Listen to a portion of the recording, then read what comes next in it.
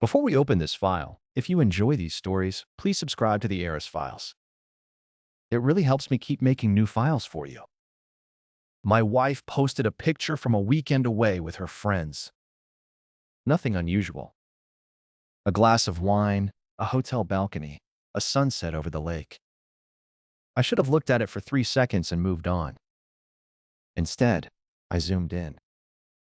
Because behind her was a sliding glass door. And reflected in that glass was a man standing inside the hotel room. He was holding the phone that took the picture. The worst part? I knew him. My name is Ethan Walker, and my wife was Marissa. We'd been married for 9 years. No kids. We had a dog named Murphy, a house we were still paying for, and 2 jobs that seemed to take up more of our lives every year. I managed commercial projects for a regional construction company. Marissa worked in marketing for a software company. We weren't big social media people. I barely posted anything.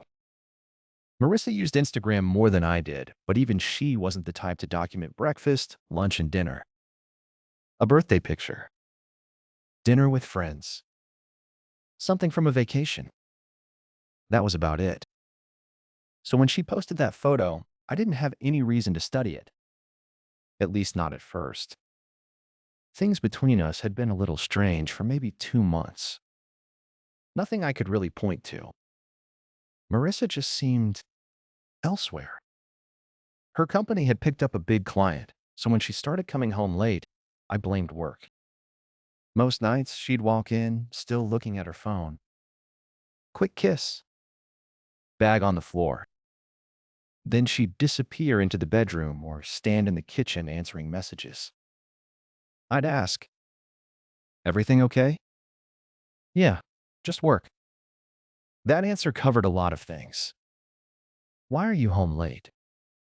"Work." "Why are you texting someone at 11:30? "Work."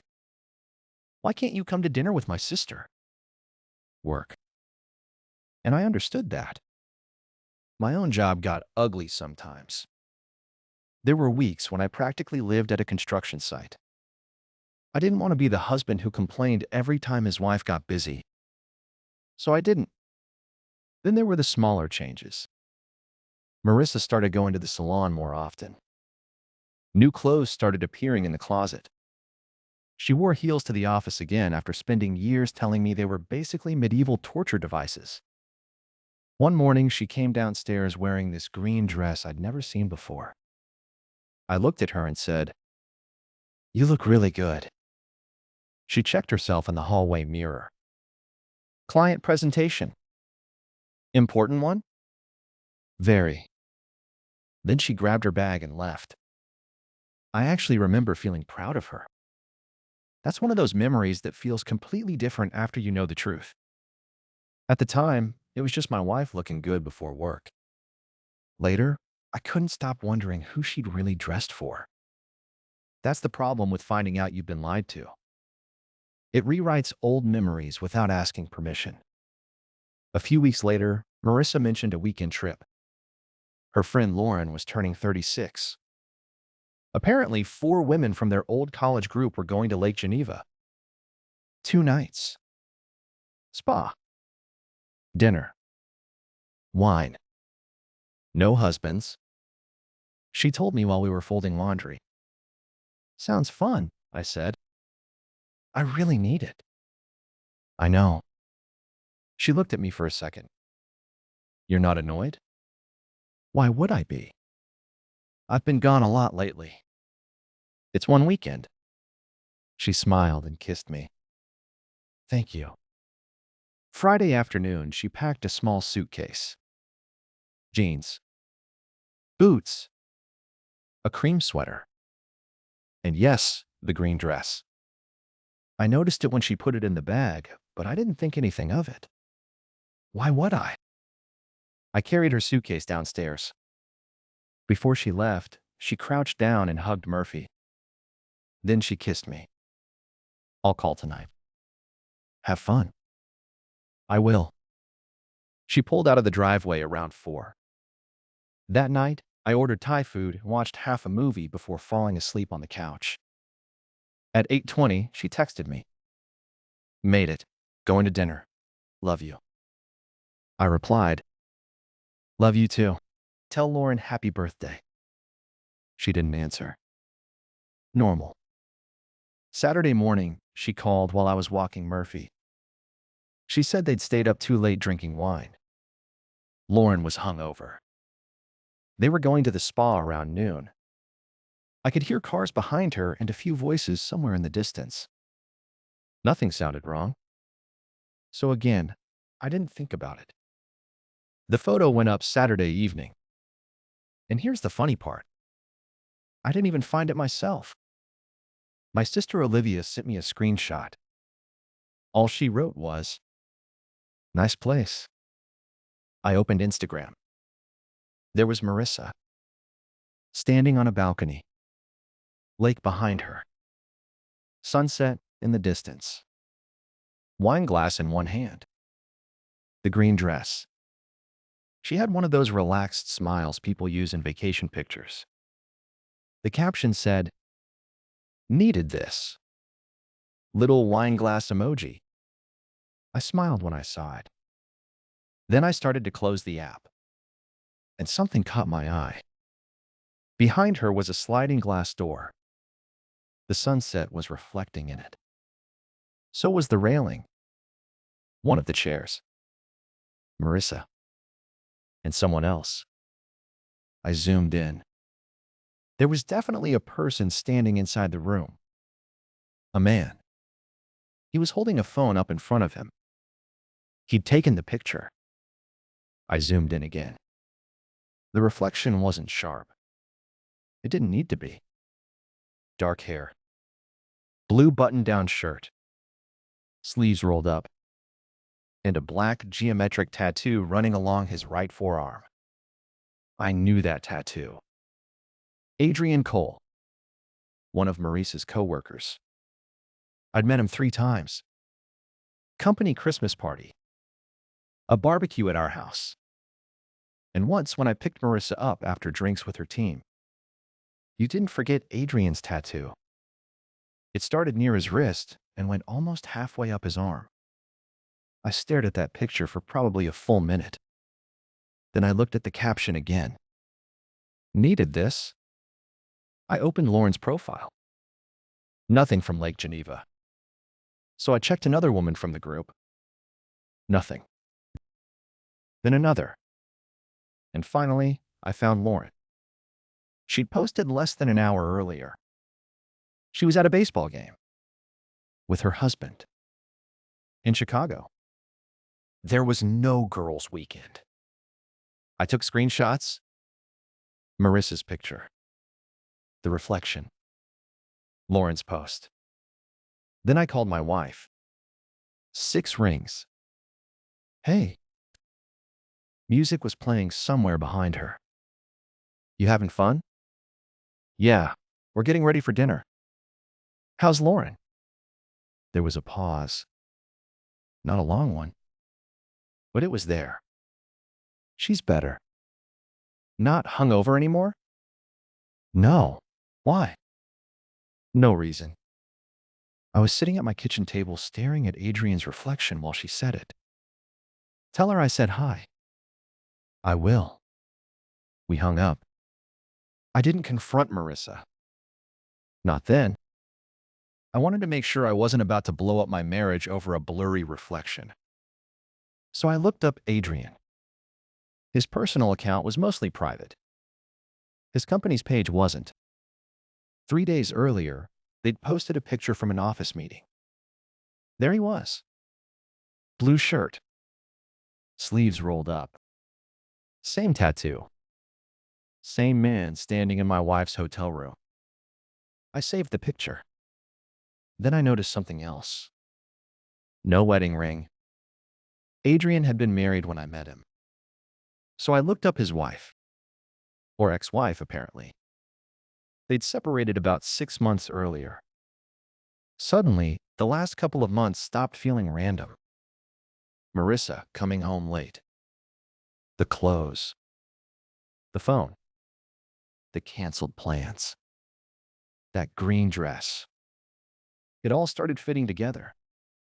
One photo. That was it. She probably looked at it before posting, checked her smile, checked her hair, checked the sunset. Maybe made sure the wine glass looked good. She just forgot to check the glass door. I printed the screenshot. Then I printed another copy and circled Adrian's reflection. I added the picture from his company page, Lauren's baseball post. Everything went into a black folder. On the front, I wrote, File number 018. Apparently being cheated on turns me into an investigator with office supplies. But I needed it. I needed something solid in front of me. Because until then, part of my brain was still trying to tell me there had to be some other explanation. Marissa came home Sunday afternoon. I was in the kitchen when she walked through the door. Suitcase in one hand, shopping bag in the other. Murphy ran straight to her. She hugged him, scratched behind his ears, then looked at me. Hey. Hey. How was your weekend? Interesting. She smiled. Mine was exhausting. And then she started telling me about it. The spa. Dinner. Lauren drinking too much champagne. A restaurant near the lake. She had details ready for everything. I let her finish. Then I asked, Did you take any pictures? A few. I liked the balcony one. She looked at me. Which one? The sunset. Her expression changed. Barely. But after 9 years, barely is enough. I put the printed photo on the counter. She looked down at it, then back at me. What? Look at the glass. Her eyes dropped to the picture again. A few seconds passed. Then she saw him. Her face went completely still. Ethan. Who took the picture? Nothing. Because Lauren was at a baseball game in Chicago. She closed her eyes. I opened the folder and put Adrian's office photo beside the screenshot. Same shirt. Same tattoo. That's Adrian. Marissa sat down. I stayed where I was. How long? She shook her head. It's not what you think. I laughed. I couldn't help it. Okay, then tell me what I'm looking at. She started crying. The first answer was 3 months. A few questions later, 3 became 5. It started after a work event. They had drinks. Then messages. Lunches. Then one night together during a conference. After that, according to Marissa, they stopped pretending it had been some one-time mistake. The weekend in Lake Geneva had been Adrian's idea. 2 nights where they didn't have to rush. No coworkers. No spouses. No pretending they were somewhere else once the hotel door closed. I asked why she picked Lauren's birthday as the excuse. Marissa looked at the floor. Because you know Lauren. Exactly. Lauren made the lie believable. She'd been turned into cover for an affair without even knowing it. Then I asked the question I didn't really want answered. Do you love him? Marissa waited too long. I don't know. I nodded. Okay. She looked confused. Okay? Yeah, you can figure that out somewhere else. That's when she really panicked. Suddenly, there was a lot she needed me to understand. We'd been distant. She'd been lonely. I worked too much. Adrian paid attention to her. He listened. She hadn't gone looking for an affair. He let her talk.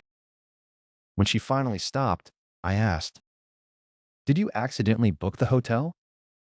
She looked at me. No. Did you accidentally tell me Lauren was there? No. Did you accidentally spend the weekend with Adrian? Silence. Then, no. Maybe she hadn't planned to fall for someone else. But she planned that weekend. She planned the excuse. And she planned to come home and keep lying. I asked her to stay with her sister.